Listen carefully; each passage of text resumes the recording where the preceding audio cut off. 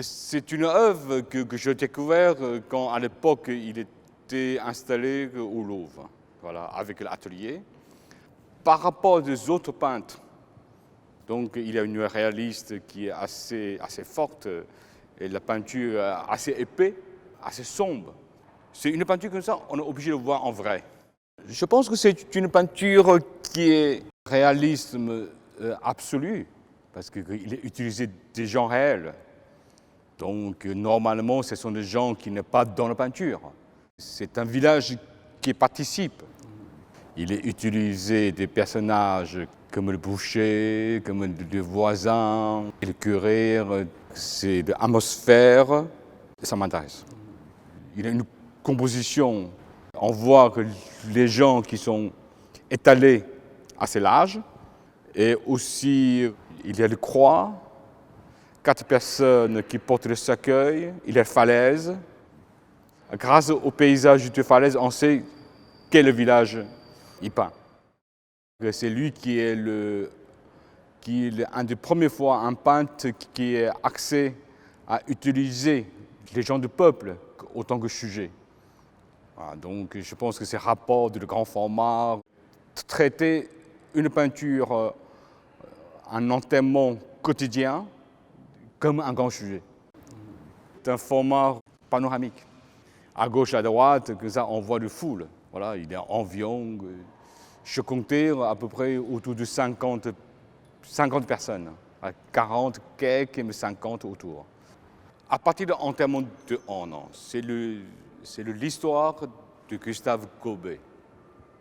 Je n'ai pas vécu. Si je fais une interprétation de cette œuvre, c'est toujours une œuvre à lui. L'année dernière, le 9 juillet, ma mère est partie à Shanghai.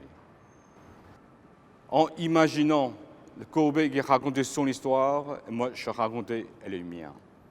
C'est pour ça que le projet du musée de Orsay est changé.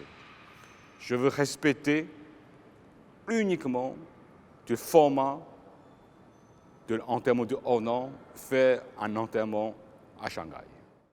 C'est une sorte de dialogue par rapport au format. C'est un format panoramique. Je pense qu'il y a autant de personnages. Un enterrement de Ornans, il raconte son histoire intime par rapport aux les gens qui sont en train d'enterrer, il y a les participants, voilà, et moi aussi que je veux essayer de faire un enterrement à Shanghai. Mais je pense que je n'ai pas trop envie que reconnaissable le foule. C'est vraiment, j'ai envie de faire une atmosphère. Parce que l'exposition ici que je veux préparer, on voit le portrait de ma mère. Parce qu'un enterrement de Ornans, on voit le cercueil, mais on ne voit pas de fin qui est en train d'enterrer. On ne voit pas le visage, tout ça. On voit le foule, on voit les gens qui les accompagnent. La nature est un temple où de vivants piliers laissent parfois sortir de confuses paroles. L'homme y passe à travers des forêts de symboles qui l'observent avec des regards familiers, comme de longs échos qui de loin se confondent dans une ténébreuse et profonde unité, vaste comme la nuit et comme la clarté. Les parfums, les couleurs et les sons se répondent.